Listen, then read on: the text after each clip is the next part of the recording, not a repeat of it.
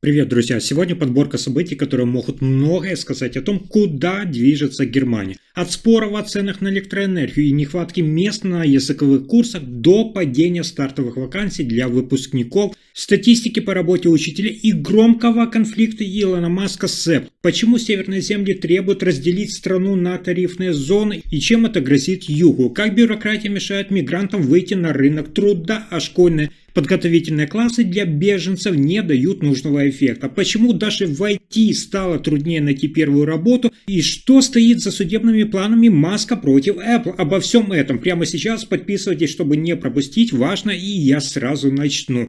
К столетию дней на посту канцлера Фридриха Мерца экономическое настроение быстро меняется. Ключевые индикаторы конъюнктуры достигли негативных значений. Впечатление от экономического так называемого бума тает, будто его никогда и не было. Экономический рост, на который надеялись, не состоялся. То, что некоторые объясняют дорогим торговым соглашением с Соединенными Штатами Америки, лишь часть причины. Гораздо более весомое решение и не действия самой коалиции, считают представители отрасли. Вместо обещанных реформ правительство Мерца крайне медленно реагирует на экономические вызовы. Уверенность бизнеса снижена. По словам аналитика, канцлер упустил кредит доверия. Обвинений звучит все больше, кредитов на так называемое развитие взято, а отдачи никакой. Словом, первые 100 дней работы нового правительства остались без ожидаемого результата на экономическом фронте. Страна сталкивается с реальностью, слова о буме были преждевременной, а реальные реформы необходимо запускать быстрее и решительнее. А теперь к новостям, которые показывают проблемы, с которыми Германия сталкивается каждый день. В Германии замкнутый круг. Люди не могут устроиться на работу из-за незнания языка, но при этом сильно ощущается нехватка мест на курсах немецкого языка. Десятки тысяч желающих не могут начать обучение вовремя. В то же время компании страстно ищут работников, но в условиях жесткого регламента многие потенциальные сотрудники вынуждены ждать, пока пройдут языковые курсы. Эксперты считают эту ситуацию ошибкой, замедляют трудоустройство до окончания курсов, страна сама себе создает проблему. Вместо того, чтобы позволить адаптивный выход на рынок труда с параллельным изучением языка, государство предпочитает придерживаться строгой последовательности. Сначала язык, потом работа. Такой подход обходится дорого и создает напряжение внутри общества, снижая, соответственно, доверие к системе. В итоге рабочие руки простаивают, предприятия несут убытки, а многие готовы работать уже сейчас, лишь бы получить возможность.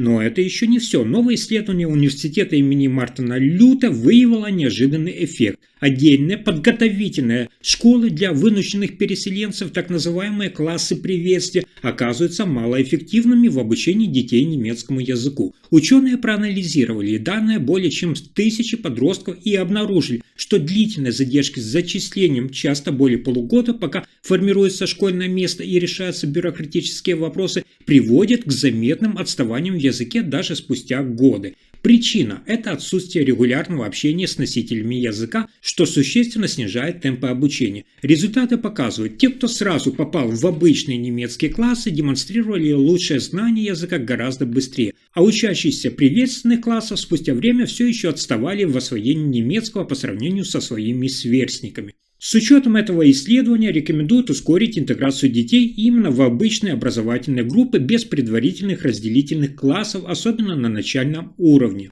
Но дальше еще больше. Молодые выпускники сегодня сталкиваются с заметным изменением рынка труда. Из-за бума искусственного интеллекта количество начальных рабочих мест значительно сократилось. Анализ платформы StepStone показал, что в первом квартале нынешнего года число вакансий для новичков оказалось, внимание, на 45% ниже пятилетнего среднего показателя. Даже в разгар пандемии таких свободных позиций было больше. Особенно заметно падение в таких сферах, как продажи, кадры, административная работа и служба поддержки клиентов. Падение традиционных стартовых должностей объясняется массовым внедрением искусственного интеллекта, который берет на себя много рутинных задач, ранее выполняемыми молодыми специалистами. Это ослабляет важные этапы развития карьеры, ведь именно на позициях начального уровня новички приобретали ключевые навыки от работы с данными до общения в команде. В области информационных технологий этот тренд особенно заметен. Несмотря на прогнозируемую нехватку IT-специалистов в будущем, число вакансий для начинающих резко сократилось. Например, открытых позиций для IT-джуниоров стало значительно меньше, тогда как спрос на опытных сотрудников вырос. Эксперты предупреждают, если не будет новых механизмов поддержки старта карьеры, сотрудничества с образовательными учреждениями или ускоренных программ адаптации и других моделей обучения, то в ближайшие годы экономике грозит дефицит кадров среднего звена. Ведь без практики и развития навыков сегодня, завтра может не оказаться специалистов, готовых решать сложные задачи. И продолжая тему образования, в Германии появилась новость со статистикой. В последние годы почти половина педагогического состава в школах Германии работает неполный рабочий день. Особенно заметно это в землях Востока. В Саксонии ситуация такова. В учебном году 2022-2023 почти, внимание, 41% всех учителей трудились в частичном режиме, что чуть больше по сравнению с предыдущим периодом, 40%. Для сравнения, в среднем по стране этот показатель составляет 42,3%. Это рекорд за последние 10 лет. Особенно часто выбор в пользу частичной занятости делают женщины. Почти половина учительниц, около 50%, работают не в полном объеме, тогда как среди мужчин лишь около 22%. Высокая доля неполной занятости объясняется несколькими причинами. Первое – это преобладанием женщин в профессии, часто они совмещают работу с семейными обязанностями, а также тем, что нагрузка растет, а статус работы часто не учитывает эмоциональные и административные затраты. С одной стороны, частичная занятость может отражать стремление к балансу между работой и личной жизнью, с другой она создает логистические трудности для школ в плане комплектования кадров и планирования уроков. А теперь перейдем к новости по энергетическому кризису в Германии. Северные регионы Германии, Шлезвиг-Гольштейн, Нижняя Саксония, Гамбург, Бремен и Бранденбург выступили с инициативой разделить страну на зоны по ценам на электроэнергию. Да, друзья, идея заключается в том, что там, где производится большее количество возобновляемой энергии, в основном ветром, цены должны быть ниже. Несмотря на избыточное предложение, из-за перегруженных сетей энергии не доходит до южных регионов и даже вынуждены включаться дорогостоящие газовые электростанции. Вследствие этого жители севера фактически поддерживают юг, но при этом сами не получают выгоды, жалуются инициаторы этой идеи.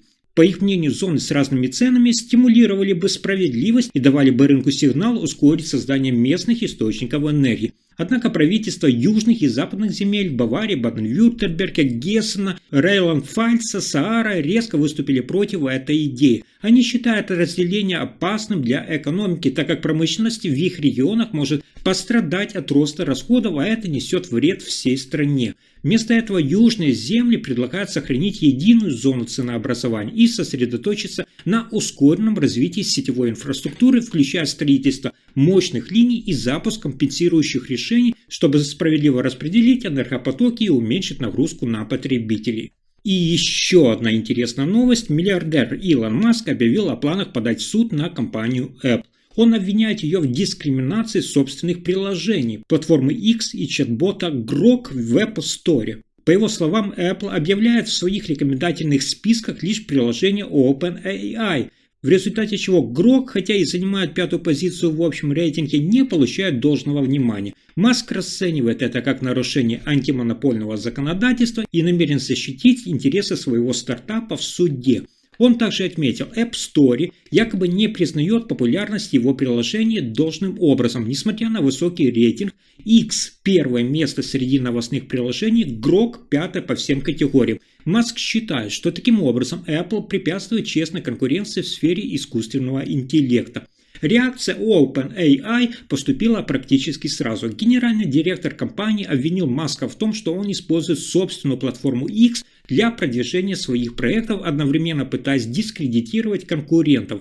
Конфликт между Маском и OpenAI, давний и глубокий, обострился еще сильнее. На данный момент со стороны Apple официальных комментариев по этому делу еще не последовало. Обе стороны продолжают публично высказывать взаимные претензии, и ситуация развивается в контексте более широких дискуссий о контроле над платформами и справедливом обращении с разработчиками. Если информация оказалась полезной, ставьте лайк, подписывайтесь на канал и делитесь видео. Спасибо за просмотр.